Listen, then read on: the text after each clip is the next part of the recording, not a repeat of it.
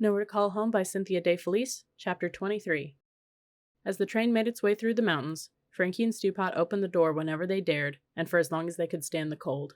They passed through West Glacier and Whitefish, Montana, through the northernmost tip of Idaho, and into the state of Washington.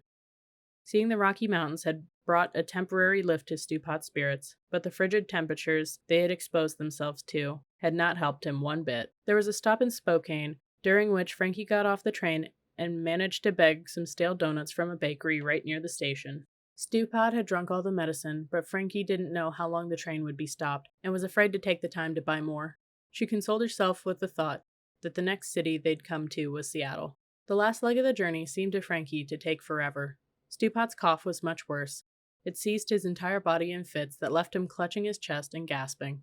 Though he tried to hide it from her, Frankie was alarmed to see that his handkerchief was covered with rusty-colored stains. By the time the train reached Seattle, she was exhausted from hunger, thirst, and lack of sleep, and nearly sick herself with anxiety over Stewpot. What frightened her most of all was that he seemed hardly to know her. His eyes had a glazed, empty look, his face looked old and drawn and lifeless, except during his long bouts of coughing, when it contorted with pain. Frankie had never felt so helpless in her life. There was no question of jumping off the train while it was still moving. Stewpot could barely stand up, let alone land on his feet. They would have to risk getting out in the yard after the train had stopped. Frankie almost hoped they'd be caught and arrested. Surely no jailer could ignore someone as obviously sick as Stewpot was. Or could he? She thought about the treatment they had received in the jail in St. Louis and wasn't sure. When the train came to a halt, Frankie jumped out of the boxcar and scouted about quickly. Seeing no one, she hoisted herself back into the car, put her bag and Stewpot's bundle on one shoulder, and helped Stewpot down as best she could. Putting one of his arms around her neck, she told him, "Lean on me, Stew, and try to walk." Stewpot was shaking, and his legs could barely hold him. He listened to Frankie's encouragement and did as she said. "One step. There, that's good, Stewpot, that's good. Now another. Good, you're doing fine. Come on, keep going. It's not far." The last was a lie. Frankie had no idea where the place called Hooverville was. She only knew she had to get there. She didn't think beyond that. Once they were there, something would happen. Someone would help her. She just had to get there. They made their way haltingly out of the yard and onto the deserted streets near the docks. At last they came to a more populated area of town. Frankie asked the first person she saw, a woman walking a small dog, the way to Hooverville.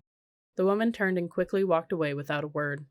Next, she asked two men dressed in warm overcoats standing on the street corner smoking cigarettes and talking. "Get on the train and go back to where you're from," one of the men suggested. "Just what we need. More bums," said the other, ignoring Frankie and talking to his companion. "Walking around drunk in broad daylight," said the first, shaking his head in disgust. Frankie didn't bother to say that Stewpot was sick, not drunk. The men wouldn't have believed her, nor would they care.